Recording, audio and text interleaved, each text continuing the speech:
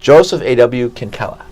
Tell us a little bit about this show and what the artwork behind us that we're looking at right now. It's pretty interesting. We can even make a little room later on for people to see it. Oh, yeah, there, I disappeared. That's perfect. There it is. You can see it. Well, Paul, thank you very much for having me on tonight. I'm thrilled to be here. People often think I'm an actor, and so I'm not. I'm a poet and an artist, and people are surprised that I'm terribly camera shy, so I'm going to do my best here tonight. But this show that is up at Dumbo Sky right now. It's been up for a week and a half now and has 5 days left.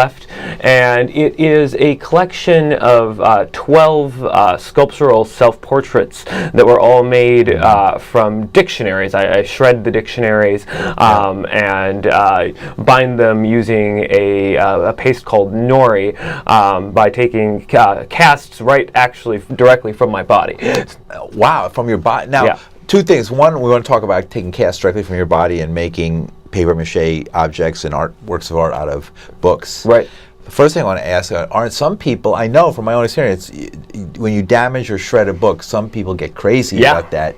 That is a sensitive thing for a lot of people. Have you run into that kind of problem? Absolutely. I mean, I've been working with books as material for about 2 years now. One of the first things I did was a huge installation that took an entire basement gallery and tore up about 1,000 books. And there was like a play pit where people could like play in shredded pages. There was stuff all over the walls. And I was taking one of the pieces back from the gallery to my studio, and I actually walked it down the street, and I got shot by Humans of New York, which is this photo blog that a lot of people, and there was on the blog there was probably about 100 thread debate over whether I was some sort of antichrist of books or an artist.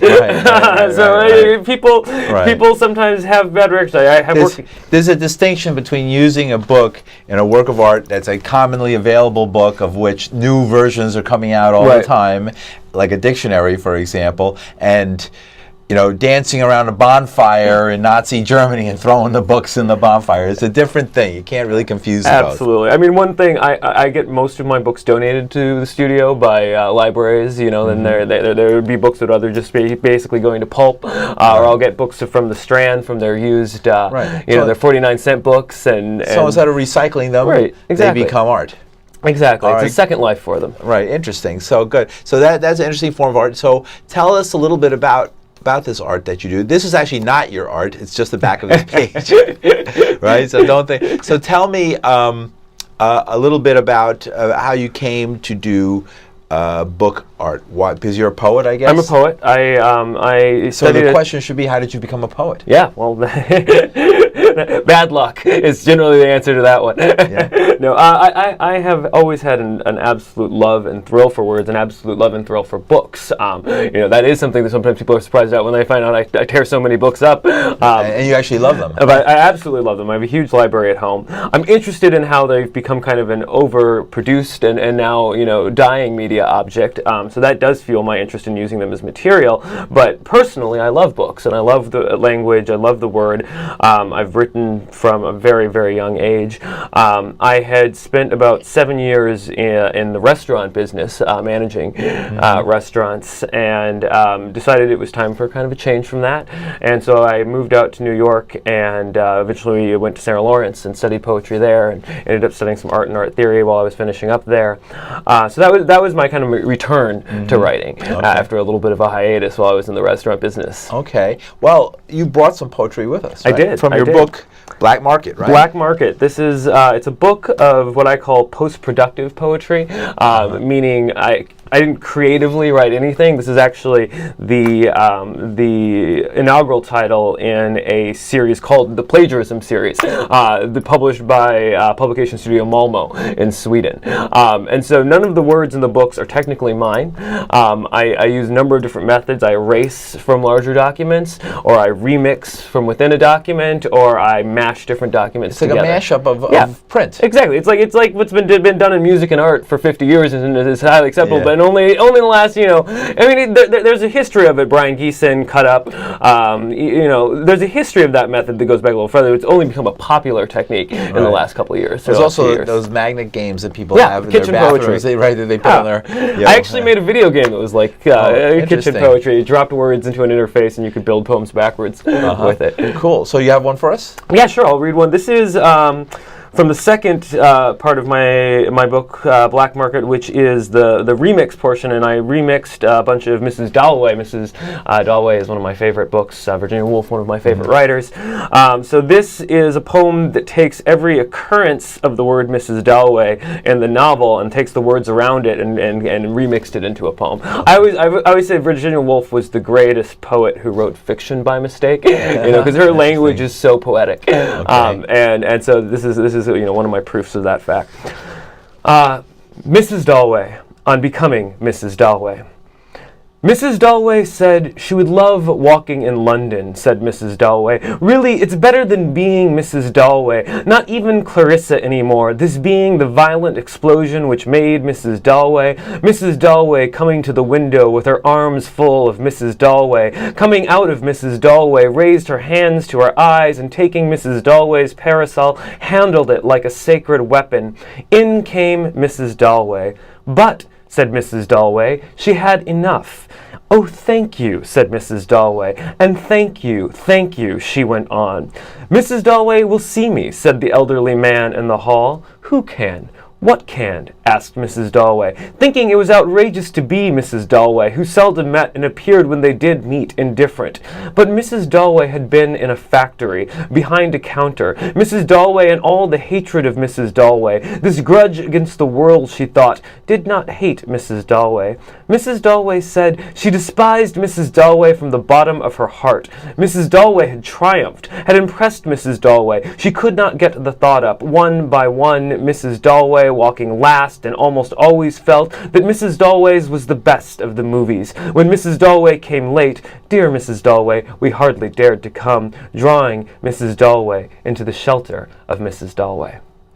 Mrs. Dalloway, right? Yeah. There you go. I got to shoot through Dalloway a little bit quickly. I know it's Dalloway, but that's interesting. So anybody who's a fan of Virginia Woolf and has read Virginia Woolf's work would know Mrs. Dalloway. Yeah, right? absolutely. And for me, it becomes a poem about identity and kind of about how identity is very difficult to pin down. This character of Mrs. Dalloway, if you actually take all the mentionings and all the things that happen to her in the book and just isolate her name, it begins to be a confusing picture of who Mrs. Dalloway is. And I think that's inherent to identity. The closer you look at it, the more confusing it gets. And a lot of my work kind of returns to that idea. And it's interesting, so it gets farther away. The more you try and grasp something, the harder it is to get a hold of it. Yeah, the more you try to figure out who am I, the harder it is to actually figure out who I am. Joseph A.W. Quintela, who's doing his show Portrait of the Artist, as the cast of you and I, and you can see that it's cast in sort of a paper mache made of books that have been shredded, in this case dictionaries, and cast around parts of his body. What is the part of your body that's floating in the middle there? So in the middle, that is actually a part of a piece. It's a two-part piece, a six-part piece technically. There's part over there in brown. Actually, no, those are two separate pieces. You can't see the other 5 parts of this piece just because of the angle of the photograph. Sure. But they are, it's called Portrait of the Artist as a Laughing Hydra. And so there's a doubling for every mask. So these are 5 masks that were cast for my face and then allowed to slightly deform. I'm interested in kind of the deformation actually more than creating a perfect reproduction of my face or body. And then they're gazing at 5 different canvases, which each have a mask. So if you actually, when people come into the exhibition, they can walk up to it, put their face in the mask, and actually see the painting that mask is looking at. And then those 5 paintings are all made out of words that start with a single letter. One of them is C, one of them is L, one of them is A, one of them is S, and one of them is P. I see. Clasp, the word, it kind of performs itself. The S binds the first syllable to the P. Right. So even you can't get away from words, whatever you do. Words. Right. I mean, I leave myself messages in these works. You're working with words already. You start playing around with them, and I'll come back to a piece after a while and say, "Oh, I left myself a note here." Now, also, a few weeks ago we had Gabriella Don. Yes, and Gabriella she had she had, did I say Gabriella? Gabrielle, right? I'm sorry, Gabrielle. And she was wearing a dress. Yes. Made of books. Yes. I did a series of 11 dresses that I made entirely out of book materials. Yeah. They were mostly done for poets, some of them literally out of their books of poetry. I did Mattia Harvey out of her book of Lamb. I did Marie Elizabeth Molly out of her book. I did Leah Mansky out of her book. Gabrielle and Lisa Marie Basile were two of the earliest book dresses. And we it turned into kind of a performance project, and we would show up in different spaces. We actually showed up at the Met Museum one day and walked through the Met, and just kind of bringing this idea of living books and living word back into play. Right. Well, it's amazing to see actually clothing. Has anybody? I mean, there was the paper dress, of course, in the '60s. Right. Right. And those went out because they're fire hazards. Right? Yeah, they were slightly fire hazardous too. We stay very far away from flame and no smoking when we're out on location. Wearing those things, right? In these dresses. Yeah. Right. How did you make a dress? How is it? What's the process? How do you turn the book paper mache into a dress? Using a flexible glue, and then actually kind of building the dress over the individual. And so they're custom fits. They can't really be worn by anyone else. Sure. And I think particularly with the poets that had the dresses made from their own books, that's kind of a beautiful thing. They have this copy of their book that is actually a copy of themselves as well. Great. All right. By the way, we are live, 212-757-1541. Want to have a question for our guest, Joseph A.W. Quintela, talking about his work with books and his art and his poetry. And you have some more poetry you want to try to share with us? We can do another one, yeah. I'm really into it. Yes. And I should also just mention about the book dress project that Gabrielle's actually decided to spearhead the second year of the project. So she will be making the book dresses. She's going to actually be making them herself, right? So this is something like a skill you're teaching people. It was a project that I started, an interest, and it became this wonderful thing. I hope Gabrielle calls. And I know. We'll talk to her about it. Yeah. So I'm excited to see what she's going to do with the project in the next year. I'll read a second poem. This is a mashup poem.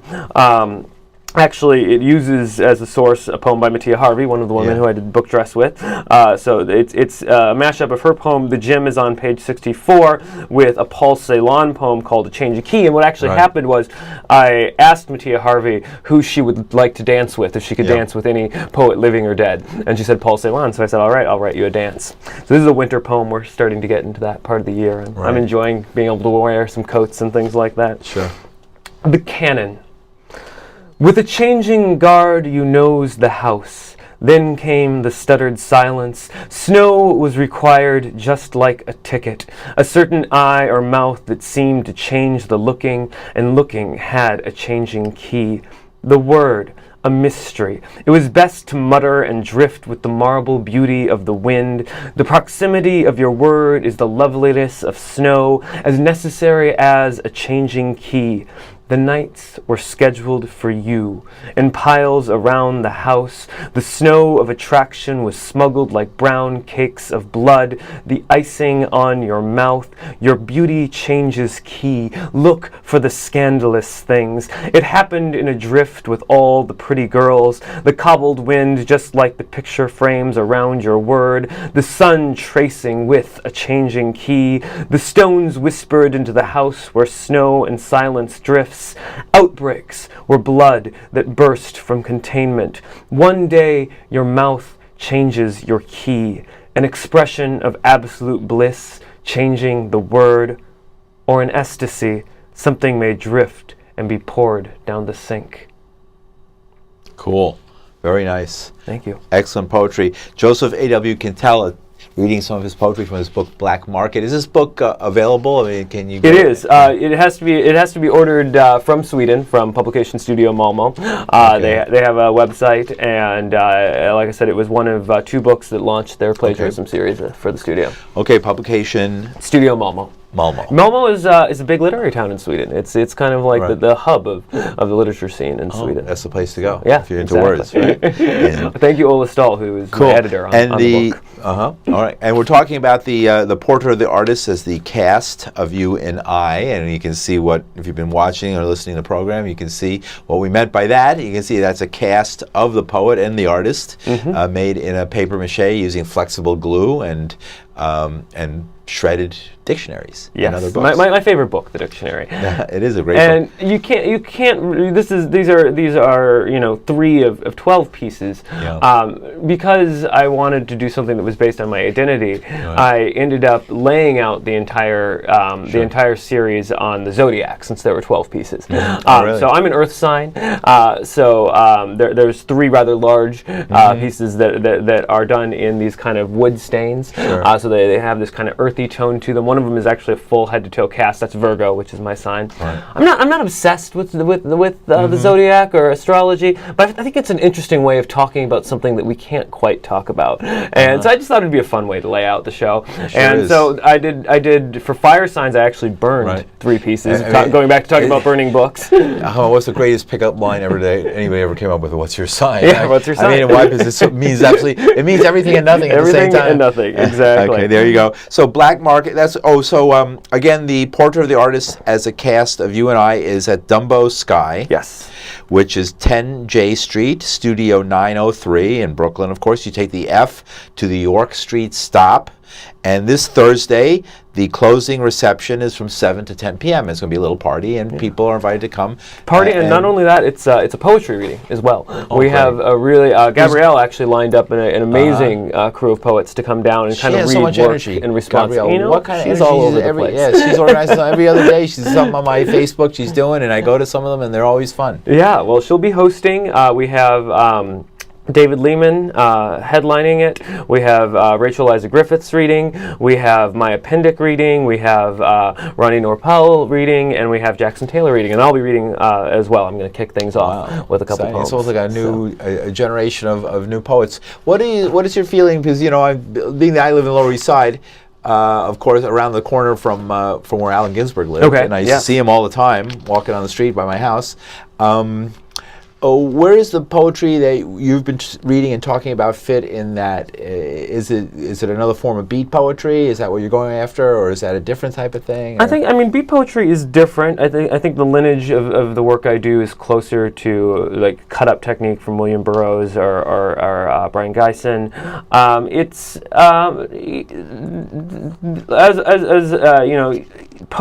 Poetry is a little bit different than music and art, and some people think it's behind it in some ways in terms of like modes and methodologies. It can seem that way sometimes. Using other people's material is something that happens all the time in music and art, and has for quite a while now. And it has this earlier lineage in poetry, but it's only now becoming a more accepted technique and a more common technique. And you are starting to see a lot of people who do work in these modes. I think it's interesting that it's happening as the book is kind of becoming an obsolete object. Though I love books. How does poetry stand in the world? I mean, is it to me, when you said it's as far as poetry standing behind things, I mean, to me, I was thinking of standing behind in the sense of supporting, like in the sense of music. I mean, when you listen to John Lennon's lyrics, if he didn't have the music, he'd be a poet. Right. Yeah, absolutely. And he was a poet. I mean, he wasn't just a songwriter. He was a poet. And some of the greatest music, Bob Dylan. I mean, if he threw away his guitar, you could still listen to what he was reading. Absolutely.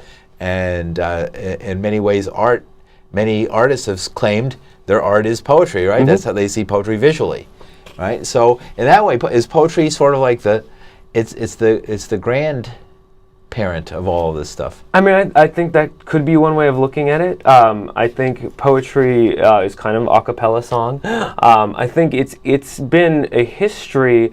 Poetry is kind of a history of how our language changes and is always changing, and is a living language. And that's why I think it's interesting that you're seeing now a lot of poetry that kind of is looking at the poetics of life, and living poetry, and things like poetry tattoo projects, and things like these living poetry book tattoo. I haven't seen that. That's actually right at tattoo. There was actually a project done by Kurt and Kamina, who are a collaborative art team, and they worked with a poet and actually had one of her poems tattooed over 200 different people, like different parts of it, and then found a way to kind of link them together. That's what's going on when I see lines of words on people. Well, people get really poetry. We have somebody on the. So who's joining us? Welcome. Hi, I heard you mention. Well, turn it up, please. There's somebody I heard on the phone with us right now, but we're waiting for them. Just chime right in. Can you hear me? Yes. Okay, great. I just wanted to get your comment. You mentioned the Lower East Side, and you're talking about books, and maybe they're obsolete. I was shocked when I went to the St. Mark's bookstore the other day for the first time in a long time. Half the shelves are empty. Half the shelves, and I don't know if it's, the publishers aren't giving them books, or they're going to close down, or what, but... I don't want to say because I don't know. On the demise of bookstores in Manhattan, and especially downtown, along Fourth Avenue and places like that. I'll hang up and listen. Thanks so much. Thanks for doing the show. Thank you. Wow, yeah, now the internet and Amazon and all these things is replacing all of that. I mean, that's where I get my books lots of times, just have them ordered sent to me and get them in my mailbox. But I do miss the days when you could actually browse in a store and not know what you would discover, and where the owner of the bookstore would often be a person who could direct your interest into different things. Very true. And there's still East Side Books on St. Mark's Place, which is a great bookstore with a great guy who runs it there. It's still holding on. Yep. Blue Stockings down in Allen Stanton. Blue is a great little Stockings, one. I love excellent. them. Yeah, great. They've Blue carried Stockings. some of my stuff. Sure. I think it's interesting that you're also seeing more art books, and either very small run but very lovingly put together books, or more of these kind of book art or book art objects. Yeah. There's a gallery called Central Booking in Chinatown, so a little bit off the Lower East Side. I've lived in the Lower East Side in Chinatown the entire time I've lived in New York, and so I do love that neighborhood, and it is sad to me that there are less and less bookstores there. But Central Booking is a gallery that just came down to Chinatown. It's on Ludlow. They moved from the Dumbo area this summer, and they specialize in these in being a gallery of these book objects. I actually have one of my pieces is in their front gallery. It's a book record. So that's beautiful, because considering that some of these critiques, when a bookstore, especially an independent bookseller like that, takes one of your pieces of art made of shredded books, I mean that's giving it the okay. Yeah, right? no, it's exciting. I have one at the Strand. Yeah. It's up in the Rare Books room. It's an 8-foot-tall sculpture. And sometimes if I'm just having a bad day, I just go up and look at it. Oh, it's in the Strand. Wow, cool. Sit in the Rare, because the Rare Books room is beautiful to sit in, really relaxing. Wow, And, when did you? What was the first thing you ever made in this method? I mean, and what led you to make it? Did you like accidentally knock a book over into a shredder and say, "What am I going to do? What am I going to do this now?" My poetic practice, like I said, was already this post-productive practice of taking other people's material and making new things with other people's material. So I was studying art theory, kind of the Fluxus and Dada and things like that in my last year at Sarah Lawrence, and so I got interested in this idea of kind of finding a material ground for a post-productive writing practice. And so I did a series of 3 24-hour book labs where I just got a bunch of people together, got a bunch of tools, got glue, scissors, a bunch of books, that were remanded from the Sarah Lawrence, library that they were going to throw out anyways. Yes. And we just made these, little fun book objects all night. Right. And so that was really the beginning of it. I see. And you just took it from there. Just ran with it. Whenever you do something for 24 hours without sleep, you'll definitely start another art project afterwards from what you learn in the last 6 hours. You say you like to work on an empty stomach? I do. I write on an empty stomach. I'm a morning writer and an evening artist, and so I tend to drink a lot of coffee, and I find that it helps me kind of focus to kind of have that empty stomach, have that one thing working against me, and then it's like a great reward when I get to cook myself some eggs after finishing. You reward yourself. A part of my I'm like that too. Yeah. I always wait to reward myself when I write. Great.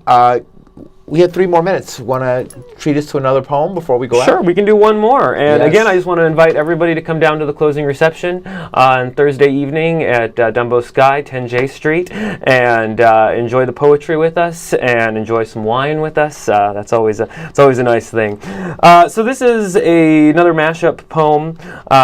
This is a mashup of Konstantin Kavafi's Voices and Joseph Legaspi's Imagined Love Poem to My Mother from My Father. Sometimes the voice escapes. You, my scaling voice, are dead and your hands are lost like the body flecked with otherworldly dreams. Sometimes you mine, sometimes the mind hears a sound perched on the high branch of a mango tree, a glimmer of scale that dies, the blade of music ideal and repeated, graceful like those who flow through your veins. The strand of the dead speaks in sweat. Sometimes they dance across your forehead. Sometimes the mind hears the trickle-down sound, your breast like a twin of sound. I hear the distant glistening, naked night voices, beloved escape. Are those who are dead chosen by the dead?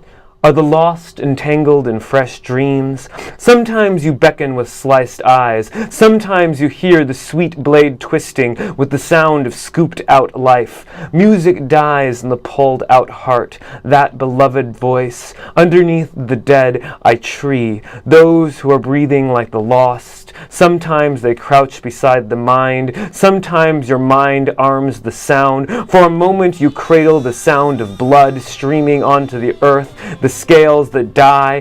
Didn't you hear the voices of the dead, the spy on the tree like fruit?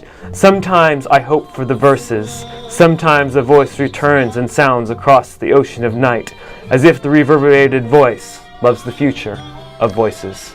Thank you. Joseph A.W. Quintela joining us here on Let Them Talk. I'm Paul DiRienzo.